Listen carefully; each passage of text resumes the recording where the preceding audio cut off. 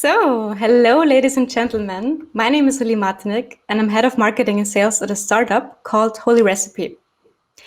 And I also have a past in human resources department, and I also support female empowerment. It's such a pleasure to host you through this very interesting panel discussion about salary negotiation. Our lovely speakers that you can already see today, they are both experts in the art of salary negotiation. And they will provide us with tips and techniques on how to go about this very important step in our careers. We are very excited to have with us, on the one hand, Kate Dixon. She's a salary negotiation coach, author, and speaker. And on the other hand, Martina Ernst, MBA, founder of Salary Negotiation and Colorful Career. Before I ask our speakers to introduce themselves, I'd like to draw your attention to the poll, which I will publish just now on the right-hand side. In order just to get an understanding why the topic of salary negotiation is important to you and in which respect, we'd love to see how you participate in the poll and can therefore also modify the structure a bit in the questions I'll be asking in the discussion. Of course, also please feel free to write your questions in the Q&A section that you see on the right-hand side. Any questions that might arise, we will also address them. We'll keep some time at the very end to do that. So I see that there are a lot of people coming in. Let's start straight away. May I ask you, maybe Kate first, if that's okay for you, and then Martina, please tell us something about yourself, introduce yourself, and also tell us what motivated you to start your company in this field.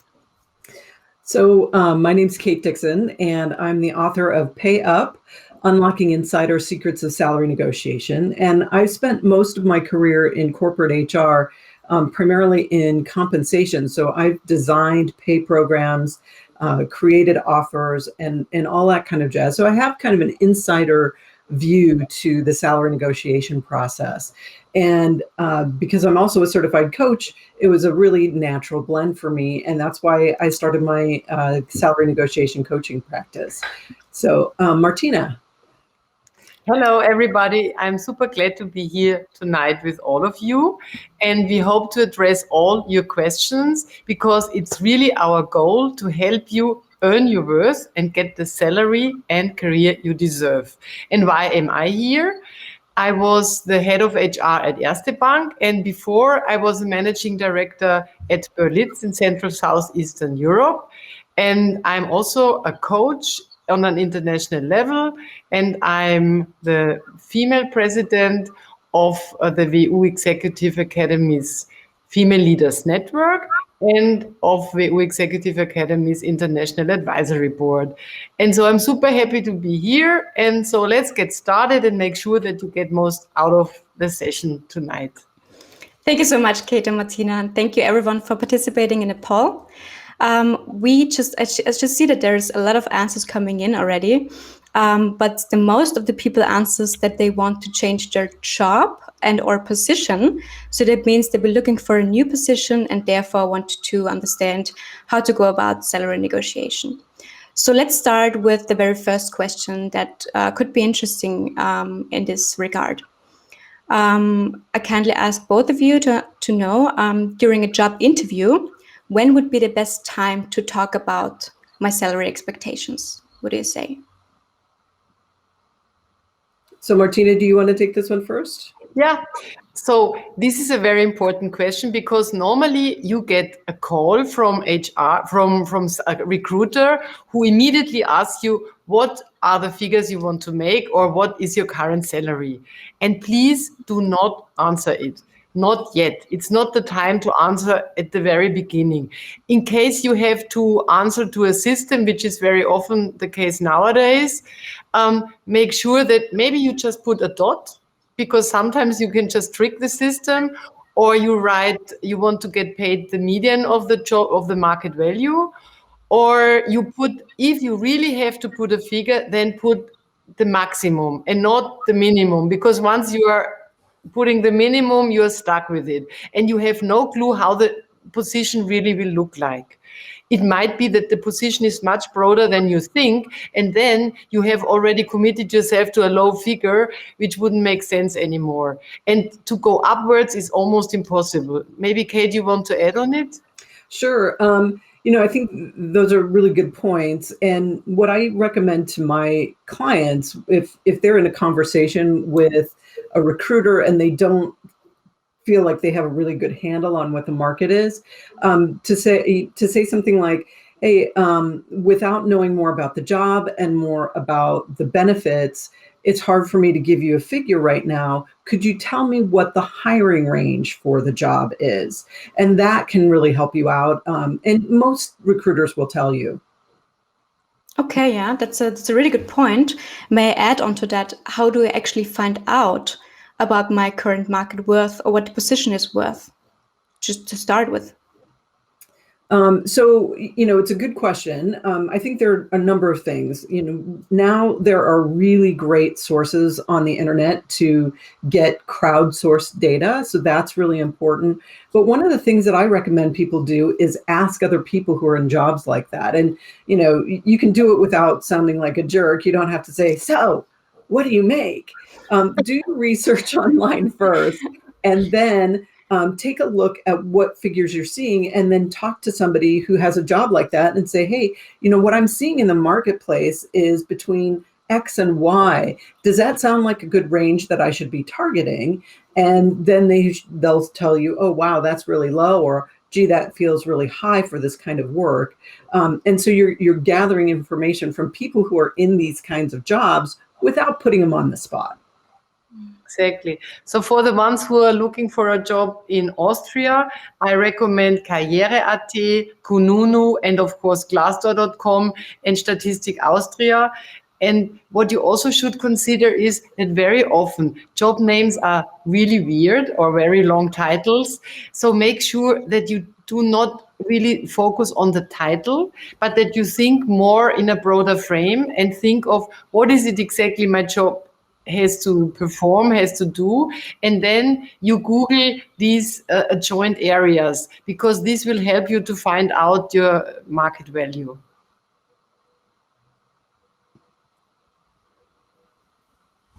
Okay, yeah, makes sense. Sounds good. I don't know, can you hear me? Because I just lost connection, I think. Okay, good. So I will just go further beyond that. So let's imagine the company made you an offer. Is it then okay to negotiate the salary package with the potential employer, or do I just have to accept the salary they mentioned? I will continue. I think it's absolutely great if you then point out what you like about the offer, what you want to be changed, because normally an employer expects you to discuss the offer. If you just follow it, probably the employer thinks, what's wrong with the person?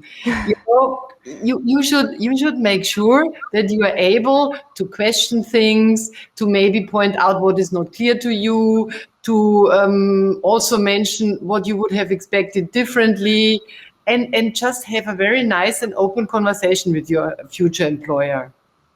Because it shows you that you are at eye level with the employer, which is very important. It's the future workplace where you should feel well. Mm-hmm. Yeah, and to add on to that, it's really an opportunity for you to show who you are as a leader and as an employee, right? And this is a business transaction. Don't make a mistake. This is not personal to you. So it's a business transaction. So how you handle yourself in these negotiations is really a great picture for them about how it's going to be to work with you. And really, they do expect that you're going to do some negotiation. And as long as you treat it, as Martina says, as a collaboration and a business transaction, rather than something that's, personal and emotional to you, if you're not a jerk, chances are pretty good that you'll get some movement, even if it's not exactly what you were expecting. Mm-hmm. Exactly. And do not focus on one single figure, rather think flexibly and think in a range. So for example, if you had targeted a total salary amount of, let's say, 65,000 and the offer is at 60,000, and then you tell them that you had a market expectation of 65,000 because of this and that, what you can bring to the job. And let's say no, unfortunately, the base salary is set at 60,000. You can still negotiate different benefits, maybe an increase to the pension fund payment or special other benefits they were not discussed so far, so that in total your package get to 65, but not maybe through the base salary, but through different benefits. Yeah, and just to tag on to that, one more thing is that if you create more than one avenue to get a successful outcome, you're more likely to get a successful outcome. If you just hang everything on one thing, you may not be able to get what you want. And I do recommend to my clients to really be open with the recruiter and say, hey, I know that you may not be able to move on, a certain element. I'm really flexible to come up with a solution that'll work for both of us, and then let them get creative. Because I've seen some crazy things that come through that, my clients would never have asked for, but they're certainly delighted with. Mm-hmm. Yeah, Kate, you mentioned something really important. It's about the we. Mm-hmm. Invite the employer to say, let's find a solution together. Mm-hmm. So this is really important. Think of a win-win, that together you will be a great couple, the employer and you as the new employee. Mm-hmm.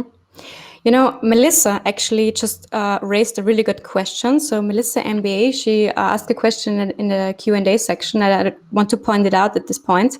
How can I negotiate the salary again before signing the contract, after doing the research in the market, if I already had an interview and already answered the question about the salary? So what if I want to raise the question again, or to raise the topic again? I had this question quite often, and there are two answers to it. If you talked about a total comp and gave a figure, then it's a bit difficult. But if you gave one figure, then what you can do, once you are really clear, or both sides are clear that they really want to sign a contract, then you can say, okay, I gave you my base salary idea, but how about the total package? Because then you can make sure that you talked only about the base salary, but you expect a total package which is higher than that, obviously. And total package means maybe a commission in case you are in sales, the bonus potential, which is quite relevant for many positions. It can be from 5 to 20%, depending on which position you are aiming at. So, and then, of course, as we mentioned before, the social benefits. So you can negotiate all the side effects, which altogether make your total comp package. Yeah, and two, you have to remember that, and the companies know this, they have more information about what they're willing to pay and what their benefits are and all of that kind of jazz than you do. They know that. They have more information about what the job is than you do, and they know that. So, if you do get into a position where, you discover during the interview process the job's actually a little bit bigger than you thought it was, or you find out that that there's a benefit that you were expecting that's missing from the package, it's totally okay to say, hey, look, now that I have more information, I need to revise my expectations around base pay a little bit. And I'm really excited about the job, obviously, and I'd love to negotiate the base pay. I think it's totally okay to do that. A lot of people feel funny about it, but you shouldn't. And if you do put a number out there, chances are pretty good that they're going to give you an offer that's somewhere around that offer. And if you need to kind of renegotiate it or re-talk about it, go ahead and do that. It's not a bad thing to do. Yeah, I think what you said is absolutely right. As long as you put it in relation to how the job is bigger than you thought, because you gave an offer based on simply the job ad you saw. And then you talk, and then probably during the discussion, it turns out that this job is much broader than it looked like. So because the question was raised again, what if you already said an amount because the interviewer put you on the spot? So maybe you just didn't want to, you didn't say what you actually wanted to say, and you maybe said a lower amount. Can you then still negotiate after you get the offer? So you both say yes, right? Yes. Mm-hmm. Yeah. Okay. And you may not be able to get anything, but you may as well try if you feel like it's warranted. Yeah, and I think, Kate, you mentioned it so nicely. Put it in perspective. Say that you gave a figure which was related to this and this amount, this task, and you now find out that the job they want you to perform and you're super able to perform is much broader, with a higher impact, with a higher responsibility. And this is why you, of course, expect the market value of this higher position. Mm-hmm. So you can even argue it, because at the end, every job level has a certain market value. And once the job level is a higher one with higher responsibility, of course, the market value is also higher. Mm-hmm. So let's imagine I took the job offer at this stage where I'm maybe not satisfied with. When is a timing within the company to be able to renegotiate? After what time period is it possible to talk about it again? What would you say? My recommendation is if you go through the negotiation process and you can't negotiate, a pay that really makes sense for you, make it a part of your negotiation to pull in your salary review date. So you can say, hey, I'm excited about the job. I know we weren't able to get to the figure that I was looking for with my base pay. I'd love to have the opportunity to show you what value I can provide. Can we have a salary review in 6 months after you can see what value I bring? I think that's a really good technique. Absolutely. I wanted to say the same. So perfect. So you'd say 6 months, also not too short to do that. No, but make sure that you discuss it already during the moment of signing your contract, and not sign the contract, swallow your anger, and then blurb out after, 3 or 6 months, I need to renegotiate. Make it pretty clear, as Kate said, during the negotiation process, that you want it to be rediscussed after 6 months or 9 months. Mm-hmm, mm-hmm. So actually, we're coming to the point where we say, so we're in a current employment, and maybe let's talk about the negotiating the salary in a current employment, in the current position I have. When, let's say during the year, when is a good moment to talk about salary negotiation or salary increase in general? Is there a good timing, and when would it be?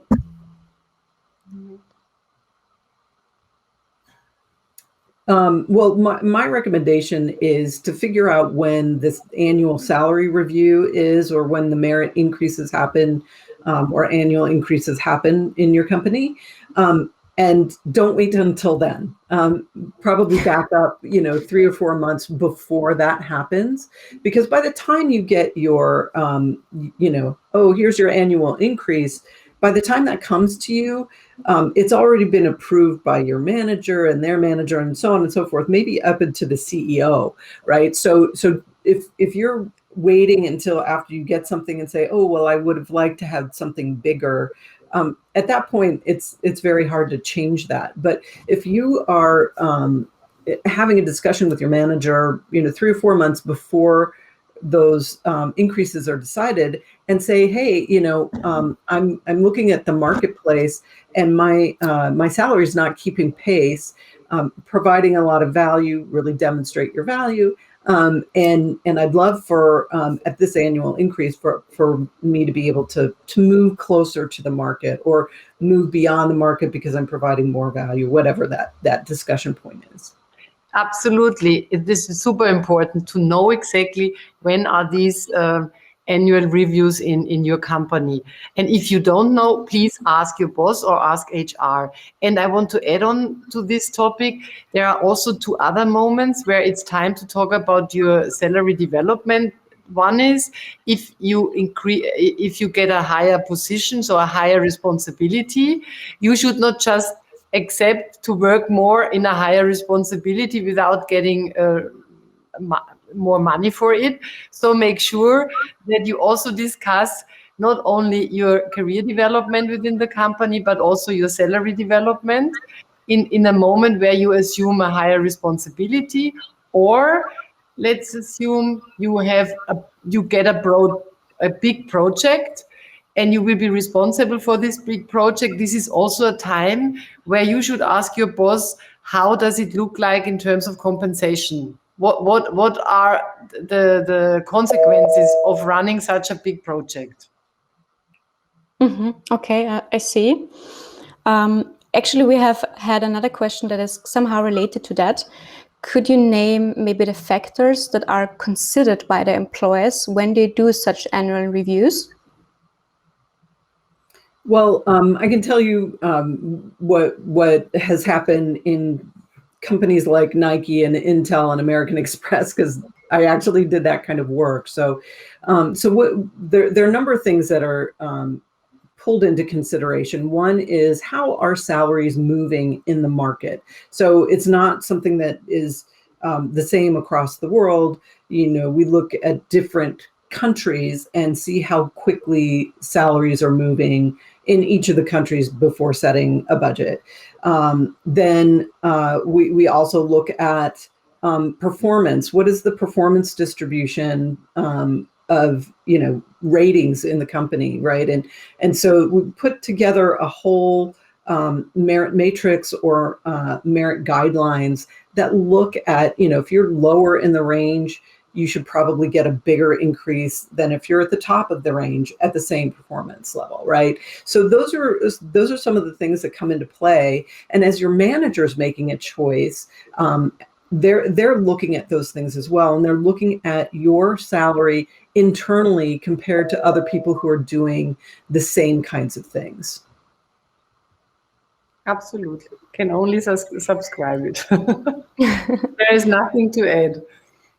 Very good. So I hope we answered the question. A lot of heart going into your direction. So apparently, our listeners also fully agree with you, Kate. Yes, and we love the experience you share, Kate, too. Both of you, actually. It's always interesting for especially people who are not that long in their career to understand how big corporations work and how they actually go about this whole topic of salary. It's very complex, and if you're not in human resources department, sometimes you don't understand. So let's go a little deeper into that emotional part, because maybe some people are just afraid of negotiations. What can I do if I am afraid of negotiating with my employer? I think there are several techniques to address fear, because honestly, most of us are afraid when big things are at stake. I think this is completely human. So first of all, don't think that you are the bad person because you are afraid. No, it's just simply normal. That's the first thing. The second thing is, it's not about you. It's about your job level. So you discuss something which is, you think about what is the added value I bring to the employer, and focus on this added value. And I think this helps you to deviate your concentration from your own fear to a topic where you really can talk about. And I would really recommend, sit down and prepare. 3 months before you start the negotiations, write down the added value you bring to the company and make sure that this is what the company asked you for. So don't come up with only your own ideas and think this is what I could do and they might like it. Ask your boss, what is it you want me to do and what would you rate especially well? And then you prepare along those lines. So you sit down every day and for 1 or 3 minutes, you note down, today I did this and this, which was exactly what the company needs. And then you have enough stuff well prepared. And this you will see every day, you will feel a bit more fortified and strengthened to face the negotiation, because after all, your employer wants the same as you do. They do not want something different. They don't want to kill you. They want you to be motivated to perform at your best. And this is more or less what you also want to do. And honestly, I think when you deliver enough arguments for them to increase your pay, so that they can also justify the increase towards HR, towards their bosses, they are as happy as you are. Mm-hmm. Yeah, and the preparation piece is important, whether you're negotiating with your current employer or a new one. And one of the things that I tell my clients all the time is practice out loud. Say the things out loud, because it's completely different when you're just like imagining the conversation in your head versus actually saying, hey, I've been doing some research in the market, and I'm seeing that jobs like mine are paid between X and Y in the marketplace. And based on my value, I'm really targeting that higher end. How close can we get to that? I mean, that's a completely different thing than going, I'm going to be awesome, and I'm going to say all the right things, and I have a really good attitude. Practice the words. It's really easy when you're emotional or when you're nervous to stumble over your words. Yes. And even I sometimes even say practice in front of the mirror, because this is so awkward. If you manage to convince yourself, you will manage to convince your boss. And before you start the negotiation, exhale 3 times, as long as you can. This is a simple physiological technique which will cool you down, and this really helps. Mm-hmm. Mm-hmm. Yeah. Absolutely. So let's get a little bit deeper into that. What if I'm really worried I'll feel like a loser if I try to negotiate and I don't get anything at the very end? Why should I even try? You know what? It's like with failure. When you do this experience, do not even expect from yourself that you are super successful at the first time. Just say, I will try, I will see how it works. And then I sit down afterwards and try to get as many learnings from this experience, because then for the next time you're better prepared. Because as I said before, I think your boss wants you to perform. He doesn't want you to fail. And if in the first round it really didn't work out, don't be too frustrated. You have many years to go to learn how to better do it. Yeah, and it doesn't hurt anything to try. And I know that we had a question in the Q&A a little bit earlier about, are people going to withdraw my offer if I negotiate? And that simply, it very rarely happens. I've actually never seen it happen personally, but go ahead and try. If you're being collaborative, if you're not being a jerk, if you have your request rooted in market data, the worst that can happen is nothing. So, and a lot of people who negotiate or who try to negotiate actually get something. So, go ahead and try, because it is, as Martina says, it's a skill set. It's really easy for me to rattle off all of these phrases because I've been working with clients for years and, developed all of these scripts over the course of my career. But it's not easy when you don't do it very often. So practice in the real world when you have the opportunity. Yeah, we are often asked, could I come across too arrogant if I ask a higher figure? But what you should know is every job level has a salary bandwidth, meaning it starts with a minimum. In Austria, it's normally the collective agreement, the amount set by the collective agreement, and it goes to a maximum, which is very often historical, meaning it's not relevant anymore.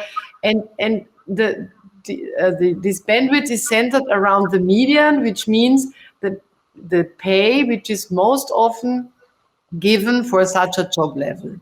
And when you position yourself, let's say 10 or 15% above the median, because you think that you have contributed exponentially to the company's success. It's completely fair and normal, and the company knows these salary bandwidths. The only thing where you would come across not arrogant, but let's put strange, is if you ask for a salary which has nothing to do with the bandwidths. Meaning, for example, I start as a junior and I ask for a salary of a manager with 20 people. That would come across really strange. But that means that you have not done your research. But as long as you stay in this bandwidth, all is fine. To add to that, but what if I already earned more than the bandwidth because I maybe came from an area or a branch where you are used to get paid more? Still? Yeah. I think, I just had a client a couple of weeks ago who was looking at a job that they thought was really fascinating and really wanted to do it, but the range that was stated on the job description was lower than what they were targeting. And so they said, look, I really love this job. I'm going to go and talk to them and show them what I can do for them, and let them know that I want to negotiate something that's higher than what's stated on their job description. And they wound up getting an offer that was 10% higher than the max that was in the job description, and partially because they were able to really help the employer understand that they could bring value kind of at that next level. So they weren't even hired into the level that the job was posted at. They were hired at a slightly higher level. So, again, if you can, make the case for your value being higher, sometimes you can do that. Mm-hmm. Okay, thank you. This happens quite often. Yeah. So it's as Kate said, it's important to then not restrict yourself to the position which is at stake in the job ad, but to really think a bit broader and explain to the employer how much more you could do. And then sometimes the employer is more than happy and then offers you a kind of a different job, with a different and a higher salary range. Not always, but that really happens quite often. Mm-hmm, mm-hmm. So maybe let's take one of the questions regarding COVID, because now in times we have a lot of home office. We also maybe have on the job interviews remotely. Is it better to negotiate over email, by video, or by phone? Or is there a preferred channel to do that? What would you say? Personally, I would definitely not negotiate via email. I don't think it's a personal discussion, and email is, in my opinion, not the right medium for it. Email is only to say, please, I would like to schedule a meeting to talk about my professional development within the company. I would not say I want to talk about my salary, because you might be promoted. So don't restrict yourself again here. Fix an appointment with your boss. Don't do it in between. And this can be done via email, but then please discuss it.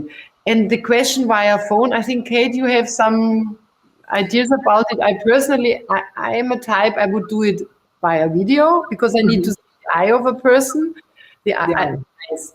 But this is very personal to me. And I think that's a really good point. I think it is personal. I have a client that I'm working with right now who is a tech person, and he's looking at with one of the FANG companies. He's looking at one of their offers. They actually prefer to do negotiation over email. That is not comfortable for me, but that works for him in this particular instance. But when you're negotiating, especially with a new employer, I personally recommend doing that over the phone, because you can hear things that you don't necessarily pick up from email. I also recommend people don't do it over video, and this is my own personal opinion too, but a lot of people that I talk to, when you're doing a good job of video interviewing, which is, really, this is kind of the extension of that, you're focusing on the camera, so you can't really read the face of the person that you're talking to. And also, I have my personal opinion on this too, is that you're using a lot of brain processing to process the what's going on visually. And just like I turn down the radio when I'm going to some place that I've never been in the car, I think that, narrowing the inputs to just a few can be really helpful. And I also like to have like a lot of notes that are spread out in front of me. So that works great when I'm on the phone, not so great if I'm on a video. But that, again, I think part of this is personal preference too, because I've had clients who are really, they're in big forward-facing roles in public relations and things like that, and they feel like one of the big things that they're selling about themselves is their presence on video. And so for somebody like that, I would do a video negotiation. That's totally fine. Okay, great. Thank you, both of you. As I have to look at the time, we are shortly before running out. Just wanted to ask you a final question. What are your 3 top tips when it comes to pay raise, when you want to ask for it? What are your tips, or also no-goes? Okay. I go first if you want to. So choose the right time, as we said. Know exactly what you want and what you're ready to invest time-wise and commitment-wise, and know your figures. And what I mean is, know what you earned so far and the yearly gross amount. That's really relevant, the gross amount. Don't talk about net. And then also think of your fallback option and your risk profile. Don't threaten your employer. Make sure that you have noted down before you start the conversation what were the added values you have brought to the company. Prepare for counter arguments, and then make sure that you establish a win-win situation. And if you follow these steps, you will definitely get your salary increase. Yeah. Thank you, Martina. Kate? So mine are really more toward people who are looking at new employers and new jobs with new employers. And one of my big things is don't give away your power to be nice. A lot of people think, well, they won't think I'm a nice person. They won't like me if I try to negotiate. And again, I think if you're collaborative and you're not a jerk, that won't be a risk. But don't just say, oh, okay, I'm not going to do it because I want them to think I'm nice. So that's one thing. Don't accept the offer on the spot. Really, you deserve to have time to really reflect on the offer, read it thoroughly, read everything that comes with it, really understand things. That you deserve that. And even if you elect to not negotiate, which of course Martina and I don't think you should, you absolutely should go ahead and negotiate. You need the time to really kind of understand what you're getting into. And the third thing I would say is probably the most important. Don't take this personally. This is not about your value as a person. This is about how the employer values the job that they want you to do. So it's not personal, and the more emotion that you can take away from the process, the more effective you're going to be in salary negotiations. Okay, thank you, both of you. There was really a lot of insights and expertise. We are really thankful for everyone who was joining. We hope it was very helpful for you. In any case, if you have questions, don't hesitate to come back to us. So Martina and Kate are also on LinkedIn. You can touch base, you can connect with them, ask your questions, and they're very happy to answer them. So thank you very much and have a good afternoon. Thank you, Aline. Thanks, everyone.